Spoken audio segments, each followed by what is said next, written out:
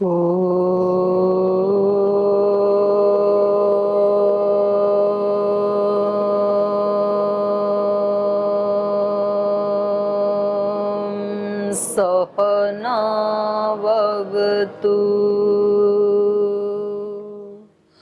सहनौ भुनक्तु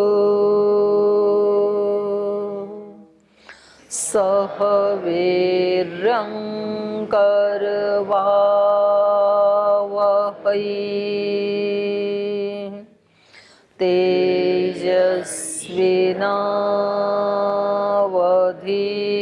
तेजस्विनावधीतमस्तु मा विद्विषावहै।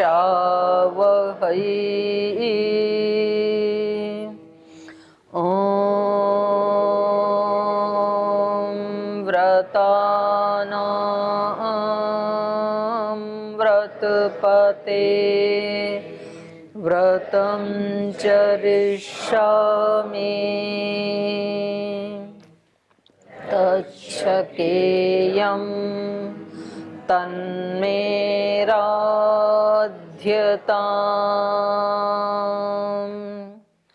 इदमहमनृतात् सत्यमुपैमि ॐ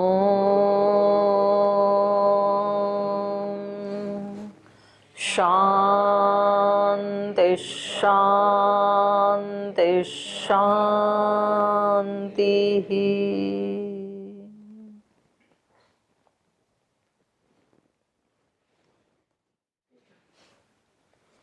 वाल्मीकि रामायण के अयोध्या कांड का अंतिम सर्ग हम पढ़ रहे हैं और कितना हो गया 534।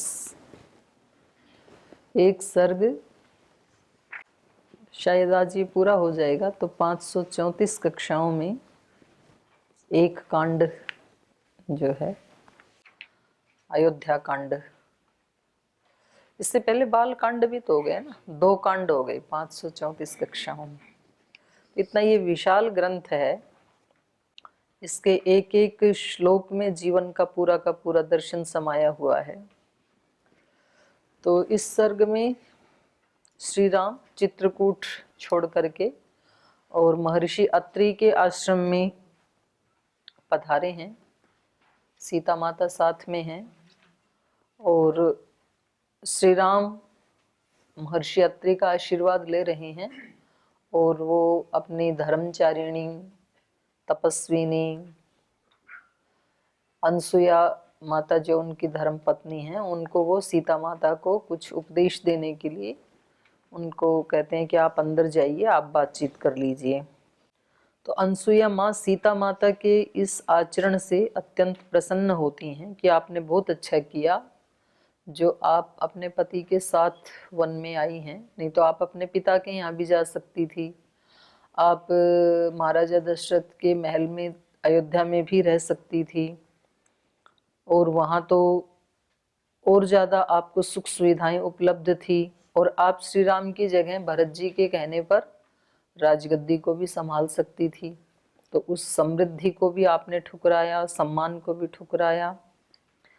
तो इससे वो अत्यंत प्रसन्न होती हैं कि बड़े से बड़ा प्रलोभन सामने होने पर भी व्यक्ति को अपने धर्म का त्याग नहीं करना चाहिए और कितना भी अच्छा लुभावना आकर्षक होने पर भी दूसरे के धर्म का स्वीकार नहीं करना चाहिए, उसको अडॉप्ट नहीं करना चाहिए।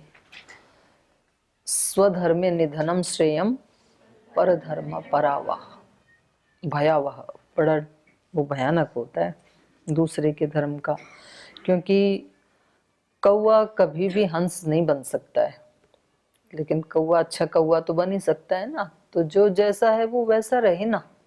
तो किसी की ऐसी होड़ में, किसी का अनुकरण करने की होड़ में व्यक्ति को अपनी निजता, अपना जो कर्तव्य कर्म है उसका परित्याग नहीं करना चाहिए।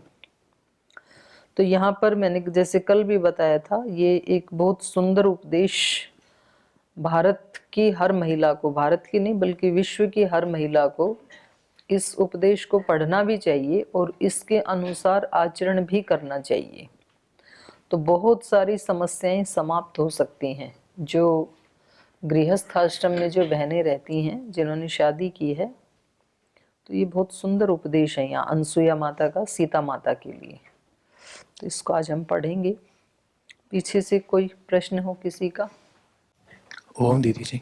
जी दीदी जी, कल हम जब पढ़ रहे थे उस समय जो श्लोक नंबर 2 था उसमें ऐसा श्री राम जी कहते हैं कि चूँकि उस भूमि में जहाँ वो चित्रकूट में अभी थे वहाँ पर चूँकि भरत जी, उनकी माताएं, उनकी सेनाएं, उनकी स्मृतियाँ थी, तो वो उनके मन को विचलित कर रही थी, तो वो उस जगह को छोड़कर कहीं और जा रहे थे। तो मेरे मन में ये सवाल आया था कि जब प्रभु श्री राम को कोई चीज़ें विचलित करती है और वो उस स्थान को छोड़कर जाते हैं, तो तो अगर ऐसा कभी हमारे साथ होता है तो हमने क्या करना चाहिए? आप भी तो छोड़ के आ गए। जिस स्थान पे आप रहते थे वहां रह के भी तो साधना हो सकती थी, लेकिन वहां जो माता पिता संबंधी, तो फिर वो जो बोलते हैं, फिर वो स्मृतियां मन में मानस में घूमती रहती हैं, तो इसलिए आपने उस स्थान को ही छोड़ दिया। और इसमें ऐसा भी नहीं है कोई उनको बहुत कोई संघर्ष हो रहा था कि भाई अब रह ही नहीं सकता हूँ, ऐसा तो नहीं है। लेकिन क्योंकि उन्होंने जैसे कल भी बताया उसका प्राकृतिक सौंदर्य भी अब उतना अच्छा नहीं है, क्योंकि इतनी बड़ी सेना आई है तो उनके मलमूत्र आदि से, उनके बैठने से सब उपमर्दन हो गए ना प्रकृति का।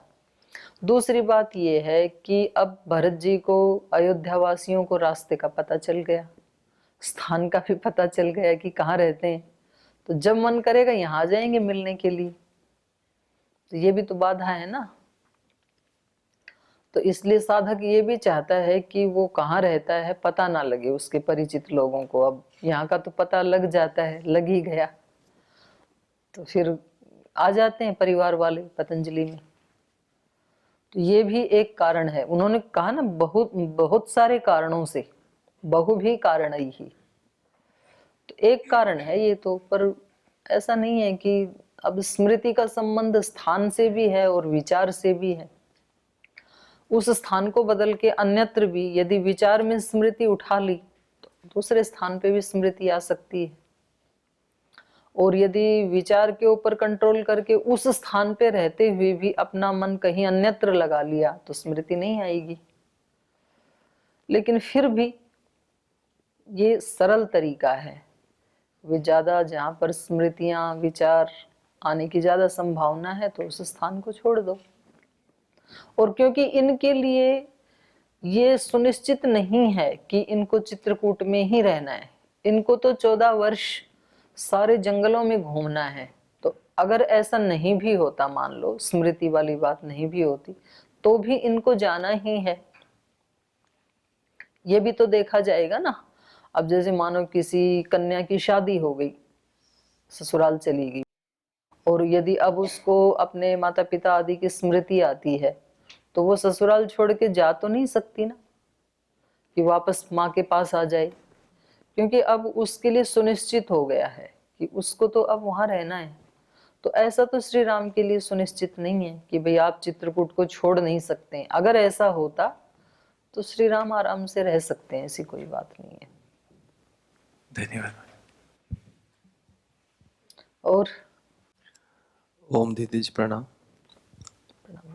ये स्वधर्म और परधर्म क्या है दीदी जी? मतलब जैसे धर्म है तो वो सबके लिए एक जैसा ही होना चाहिए, पर ऋषियों ने वर्णाश्रम के अनुसार तो अलग अलग बता दिया ना। ब्रह्मचारियों का अलग स्वधर्म है, गृहस्थियों का अलग है। गृहस्थी तो तीनों आश्रमों में से कुछ धर्म लेकर के उसका पालन कर सकते हैं, तो उनके लिए तो सहयोगी ही होंगे। पर कोई ब्रह्मचारी गृहस्थ आश्रम का कोई धर्म उधार लेकर के उसको जीने लगे तो ये उसके लिए बड़ा भयानक है फिर। तो वहां पर स्पष्ट बता दिया भाई आप अपने अपने धर्मों का पालन कीजिए, उसी से आप परम सत्य को प्राप्त कर पाएंगे। और ये अनुमति दे दी कि मानो कोई गृहस्थ कोई ब्रह्मचारी की तरह संयम से जीना चाहता है तो वो ले सकता है। कोई गृहस्थ वानप्रस्थी की तरह अत्यंत दान देना चाहता है तो वो वानप्रस्थी से इस धर्म को उधार ले सकता है। कोई सन्यासी की तरह गृहस्थ में रहते हुए विरक्त रहना चाहता है, जैसे कि महाराजा जनक रहते थे विदेह भाव में, तो उसको अनुमति है। लेकिन कोई सन्यासी गृहस्थी की तरह से रहना चाहे तो उसको अनुमति नहीं है। कोई ब्रह्मचारी गृहस्थी धर्म का उधार लेने लगे उसको अनुमति नहीं है। तो ये शास्त्र तय करता है किसका क्या धर्म है। धर्म एक ही है, ये ठीक बात है, क्योंकि धर्म का मतलब होता है धारण करने वाला, और धारण करने वाला तो एक ब्रह्म ही है सारी सृष्टि को। तो उस निर्वचन की दृष्टि से देखेंगे तो उसको ब्रह्म कहें धर्म कहें वो एक ही है सबके लिए। जितने भी मत पंथ संप्रदाय हैं उन सब के लिए एक ही शक्ति है धारण करने वाली, तो धर्म एक है। और उसी को आजकल सनातन धर्म कहा जा रहा है। सनातन मतलब जो कभी भी नष्ट नहीं होता है, जो कभी उत्पन्न नहीं हुआ। तो ब्रह्म ना कभी पैदा होता है ना कभी वो विनाश को प्राप्त होता है, वो सदा रहता है, उसी को ही सनातन कहते हैं। और फिर जो वर्णाश्रम व्यवस्था है, क्योंकि वो तो बनानी पड़ेगी, समाज में सबके अलग अलग कर्तव्य कर्म हैं तो गुरुकुल में भी बनानी पड़ती है। कुछ आचार्य गण हैं, कुछ विद्यार्थी हैं, तो ऐसा नहीं बनाएंगे तो फिर चले कैसी व्यवस्था, तो बनाना ही पड़ेगा। ठीक। मतलब कर्तव्य और धर्म में अंतर है? धर्म में और कर्तव्य में अंतर है? नहीं, एक ही है। धर्म का मतलब ये कर्तव्य, भाई उस व्यक्ति को क्या क्या करना चाहिए वो ही उसका धर्म है। जी दीदी। ओ, और कोई प्रश्न है किसी का? चलिए, लेकिन आप लोग बड़ा ना वो मैग्नीफाइंग ग्लास लेकर के देखते हैं श्री राम और सीता के चरित्र को। तो श्री राम ने ये कह दिया कि भाई इस स्थान की तो स्मृतियां जुड़ी हैं, यहाँ से चलना चाहिए, तो झट से उसको पकड़ा कि जी फिर तो हम ही अच्छे हैं, कम से कम हम स्थान छोड़ के नहीं भाग रहे हैं। ठीक, तो चलिए माता अनसुया को सुनते हैं। दुश्शीलः कामवृत्तो वा धनैर्वा परिवर्जितः स्त्रियाणां मार्यस्वभावानां परमं दैवतं पतिः सात्वेव मुक्ता वैदेही त्वनसूयानसूयया प्रतिपूज्यवचो मन्दं प्रवक्तुमुपचक्रमे नैतदाश्चर्यमार्यायां यन्मां त्वम् अनुभाषसे विदितं तो मय्याप्येतद्यथा नार्याः पतिर्गुरुः यद्यप्येष भवेद्भर्ता ममार्ये वृत्तवर्जितः अद्वैधम् उपचर्तव्यस्तथाप्येष मया भवेत् किं पुनर्यो गुणश्लाघ्य शानो क्रोशो जितेन्द्रियः स्थिरानुरागो धर्मात्मा मातृवत् पितृवत् प्रियः आगच्छन्त्याश्च विजनं वनम् एवं भयावहं समाहितं हि मे श्वस्र हृदये तद्धृतं महत् प्राणिप्रदानकाले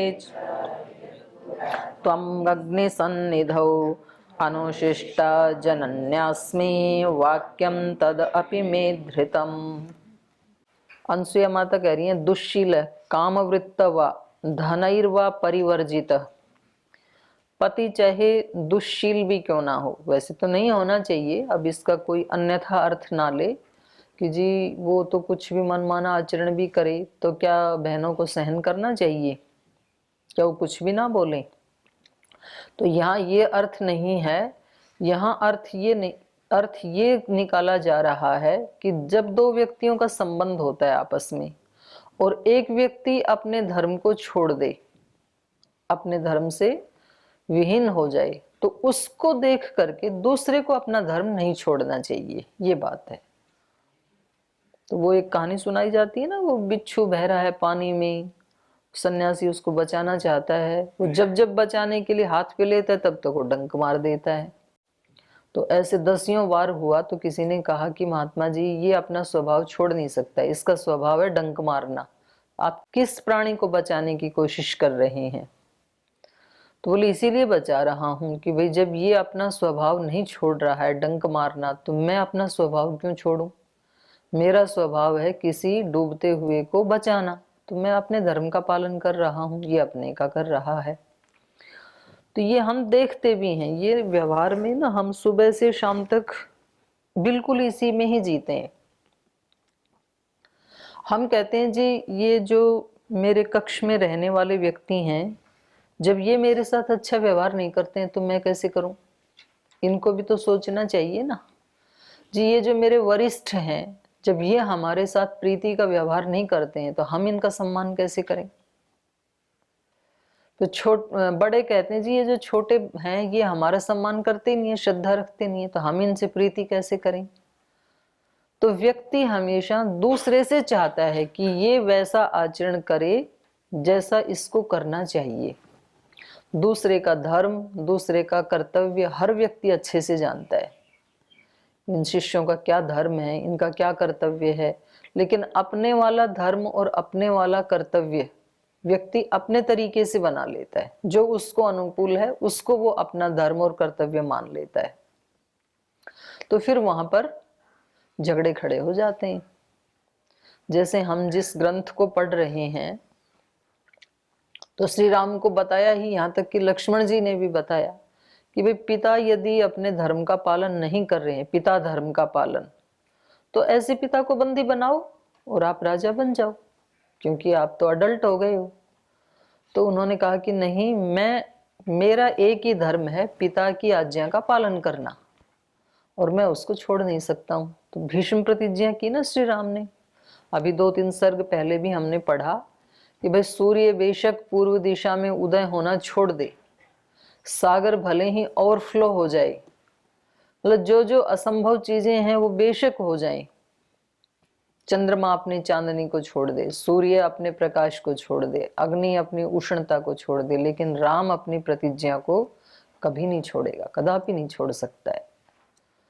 तो ये दृढ़ता दिखाने के लिए यहाँ पर कहा जा रहा है। तो इसका कोई अन्यथा अर्थ ना ले कि दूसरा ठीक है भाई, दूसरे व्यक्ति को इतनी समझ नहीं है, अब वो हमारे साथ उचित व्यवहार नहीं कर रहा है तो उसको समझ नहीं है, तो हम उसकी अज्ञानता के कारण अपने वाले धर्म को क्यों छोड़ें?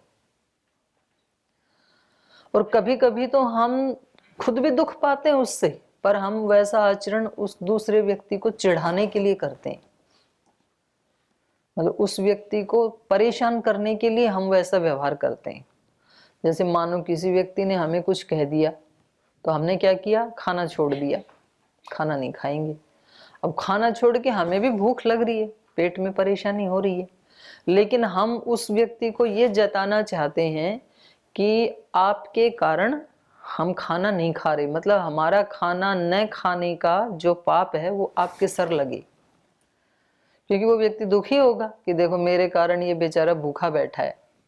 तो हमारा मकसद क्या है, दूसरे को दुखी करना। अब आप इसका थोड़ा एनालिसिस कीजिए, उस व्यक्ति ने आपको दुखी किया तो आपको अच्छा लगा? अच्छा नहीं लगा। फिर आप भी उसको दुखी कर रहे हैं तो उसको अच्छा लगेगा क्या? उसको भी नहीं लगेगा। फिर वो बदले में आपको और दुखी करेगा, फिर आपको भी अच्छा नहीं लगेगा। तो ये परंपरा का कोई अंत है क्या? नहीं है। फिर ऐसे ही वो गांठें बन जाती हैं। तो इसलिए दूसरे ने किया, मुझे पता है कि भाई उसने मेरे को परेशान किया, इसलिए मुझे दुख हो रहा है, तो अब इसको यहीं तोड़ दो, यहीं ब्रेक लगा दो इसको। ठीक है, आपने किया, आपके संस्कार, आपसे त्रुटि हुई, उसका आपको फल मिलेगा, लेकिन मैं अगली त्रुटि करने वाला नहीं हूं, या अगली त्रुटि करने वाली नहीं हूं, मैं नहीं करूंगी। आपने की, आपकी मर्जी है। और भगवान से प्रार्थना है कि आप भी अपने कर्तव्य का पालन करें, आपको भी सद्बुद्धि आई, बस यहीं खत्म हो जाता है। तो यहां से तो देवत्व प्रारंभ होता है, क्योंकि अगला व्यक्ति भी तो देखेगा फिर वे मैंने इसको तंग किया और इसने तो फिर भी मेरे साथ अच्छा ही व्यवहार किया। तो ये उस व्यक्ति को चेंज करने का सर्वोत्कृष्ट तरीका है। अपने धर्म को न छोड़ करके हम दूसरे के धर्म का पालन करवा सकते हैं, पर उसने अपने धर्म को छोड़ा, हमने अपने को छोड़ा, दोनों बराबर, तो दोनों का ही धर्म गया। अब अधर्मी होकर के दोनों अधर्म आचरण करेंगे, जो भी करेंगे वो धर्म आचरण तो हो नहीं सकता है। तो इसलिए यहाँ पर माता अनसुया कह रही हैं कि पति चाहे दुष्शील क्यों ना हो, दुष्शील माने जिसका शील अच्छा नहीं है, स्वभाव अच्छा नहीं है, कामवृत्तो वा, बहुत कामनाओं से भरा हुआ है,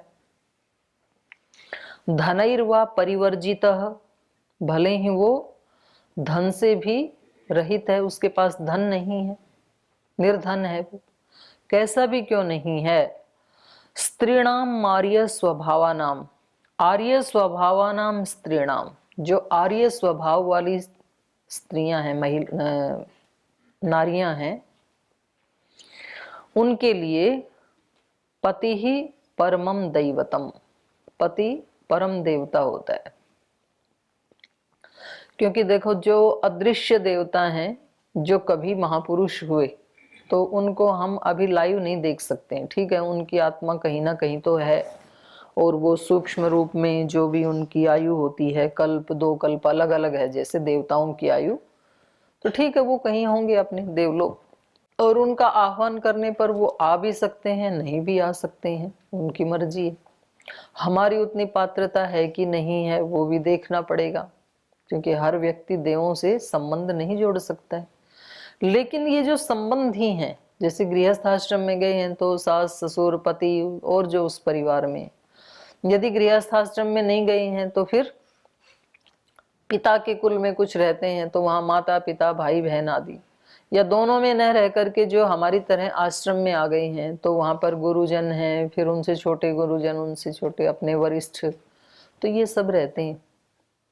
तो जहाँ का जो धर्म है उस धर्म का पालन करते हुए, मतलब हमारे से जो बड़े हैं, मान लो उनसे कोई त्रुटि हो भी गई तो उनकी त्रुटि को देख करके हम त्रुटि ना करें। तो यही तो गुरु भी उपदेश देते थे ना, कि जो जो हमारे सुचरित हैं, अच्छी आदतें हैं, उनको साथ लेके जाना, नो इतराणी, दूसरे मत लेके जाना, क्योंकि दोष तो आपके अपने ही बहुत हैं आपके पास, हमारे वाले ले जा करके क्या करोगे। और क्योंकि हम भी इंसान ही हैं, हमारे से भी त्रुटि हो सकती है, होती ही है। जब तक कि व्यक्ति मुक्त ना हो जाए, उससे जस्ट पहले स्टेप तक व्यक्ति कभी भी गलती कर सकता है। तो हमारे पूज्य स्वामी सोमानंद जी महाराज जी इस युग के बहुत बड़े ऋषि हुए, तो उनसे कहते थे, महाराज जी आपने तो अपना जन्म जीवन धन्य कर लिया, इस मानव शरीर को आपने तो धन्य बना लिया। दूसरे लोग आके कहते थे उनसे, तो कहते थे भाई इस बात का पता तो उस दिन लगेगा जिस दिन हम इस संसार से जाएंगे। इतने बड़े संत कह रहे हैं ये बात, जो निरंतर ब्रह्मलीन स्थिति में जीते, इतने बड़े योगी इस बात को कह रहे हैं कि हमने अपने जीवन को धन्य बनाया कि नहीं बनाया, कसर रह गई, इस बात का पता उस दिन लगेगा जिस दिन हम इस संसार से विदा हो जाएंगे। क्या अभिप्राय है इसका? विदा होने के क्षण तक यदि कोई त्रुटि हो गई तो जीवन धन्य नहीं होगा ना फिर, और कभी भी त्रुटि हो सकती है। तो व्यक्ति को हमेशा ये सोच के चलना चाहिए कि भाई कहीं भी जाने में अनजाने में कोई भी त्रुटि हो सकती है। ऐसा सोचता है तो फिर व्यक्ति में अहंकार नहीं आता है, और नहीं तो व्यक्ति के पास थोड़ी सी कुछ चीज भगवान ने दे दी ना, तो फिर वो अहंकार में आकर के उस मिली हुई गिफ्ट का भी अपमान कर देता है। गीता में जो दैवी संपत्ति के 26 गुण हैं, तो उसकी स्टार्टिंग किससे होती है? अभयम से। अभय व्यक्ति कब हो सकता है? जब वो अहिंसक होगा। किसी भी तरह की यदि हमारे से कोई हिंसा होती है, शरीर से, वाणी से, मन से, भाव से, विचार से, तो व्यक्ति को भय रहेगा कि मैंने उसके बारे में ऐसे कह दिया, कहीं उसको पता ना लग जाए, मैंने उसके बारे में ऐसे सोच लिया, तो भगवान को तो पता ही है, भगवान कहीं मेरे को इसका फल ना दे दें, भय रहेगा ना। और हमने किसी के प्रति भी हिंसा का भाव नहीं है हमारे मन में, भाव भी नहीं है, विचार भी नहीं है, कर्म तो दूर की बात है, तो इस व्यक्ति को भय लगेगा किसी से? उस व्यक्ति को भय किसका हो? जो आप श्लोक गाते हैं ना, धैर्यम यस्य पिता क्षमा च जननी, तो ऐसे ऐसे जिस योगी के गुण हैं, कस्मात् भयम योगिनः, योगी को किससे भय हो सकता है? किसी से नहीं हो सकता है। तो उसकी शुरुआत तो होती है अहिंसा से, जो कि यम नियमों में भी बेसमेंट है अहिंसा। अहिंसा के ऊपर ये सारे गुण आते हैं, अहिंसा का पालन सबसे पहले। और इसका अंतिम गुण है अतिमानिता, नातिमानिता। अब मानव व्यक्ति के अंदर अभय भी है, सत्व संशुद्धि, ज्ञान योग व्यवस्थिति, सारे गुण हैं, और 25 गुण आने के बाद उसमें अहंकार आ गया, अतिमानिता आ गई, 25 के 25 गुण बेकार, किसी काम के नहीं है। फिर वो गुण भी दोष बन जाते हैं। तो एक छोटी सी त्रुटि भी फिर ले डूबती है सारी उपलब्धियों को। तो इसलिए लास्ट में कहा कि ये सारे गुण आप प्राप्त करना 25 के 25, लेकिन इतना सब होने के बाद भी आप में क्या होना चाहिए? अतिमानिता का अभाव, अपने आप को ही श्रेष्ठ मानने का अभाव। तो जैसा मैंने बताया, स्वामी जी ऐसे बोलते थे इतने बड़े योगी होकर के कि भाई ये तो उस दिन पता लगेगा जिस दिन हम चले जाएंगे, आज क्या पता, क्योंकि भविष्य में पता नहीं है कब क्या परिस्थिति आई, कब क्या त्रुटि हो जाए। आज भले ही हम निर्दोष हैं, ये वो व्यक्ति कह रहे हैं, हम नहीं कह रहे हैं, हमारे अंदर तो बहुत सारे दोष हैं। तो ऐसा मानने से फिर व्यक्ति में घमंड नहीं आता है कि भाई दूसरा जो कर रहा है वो उसकी मर्जी है, पर मैं कोशिश करूं कि मेरे से मेरे धर्म का ह्रास ना हो, मेरे धर्म का नाश ना हो। तो ये कह रहे हैं कि पति चाहे दुष्शील हो, चाहे कामवृत्त हो, धनैर्वा परिवर्जित है, भले ही निर्धन हो, लेकिन आर्य स्वभावानाम स्त्रीणाम, जो श्रेष्ठ स्वभाव वाली बहनें हैं, स्त्रियां हैं, उनके लिए उनका पति ही परम देवता है। तो अर्थापत्ति से आप लगा लो, जिसने शादी नहीं की उनके लिए उनके माता पिता ही परम देवता हैं। जिन्होंने ब्रह्मचर्य या सन्यास की दीक्षा ले ली उनके लिए उनके गुरु ही परम देवता हैं। तो ऐसे जो अपने वरिष्ठ को इस स्थान पे रख करके फिर आचरण करता है, अपनी दिनचर्या जीता है, बहुत निर्भय होकर बहुत आनंद का जीवन वो व्यक्ति जी सकता है। और जिसने अपने आप को ऊपर बिठा रखा है और कहीं हमारे से कोई काम ना हो तो उसकी हेल्प के लिए गुरु को बना रखा है अपना सहयोगी, कि जो मैं ना कर सकूं वो गुरु जी करें मेरी सहायता। ऊपर तो मैं हूं, मेरा विचार है, और उसमें कहीं कोई बाधा आए तो फिर माता पिता हैं सेकेंडरी। ज्यादा समझ तो मेरी है, पर मेरी समझ के अनुसार जीने में यदि कहीं कोई बाधा आए तो फिर हेल्पर के रूप में भगवान है। ऐसे जब हम मानते हैं तो हम बोझिल रहते हैं। फिर तनाव, फिर सारे रोग, शारीरिक, मानसिक, आत्मिक, सारे वहां से शुरू होते हैं।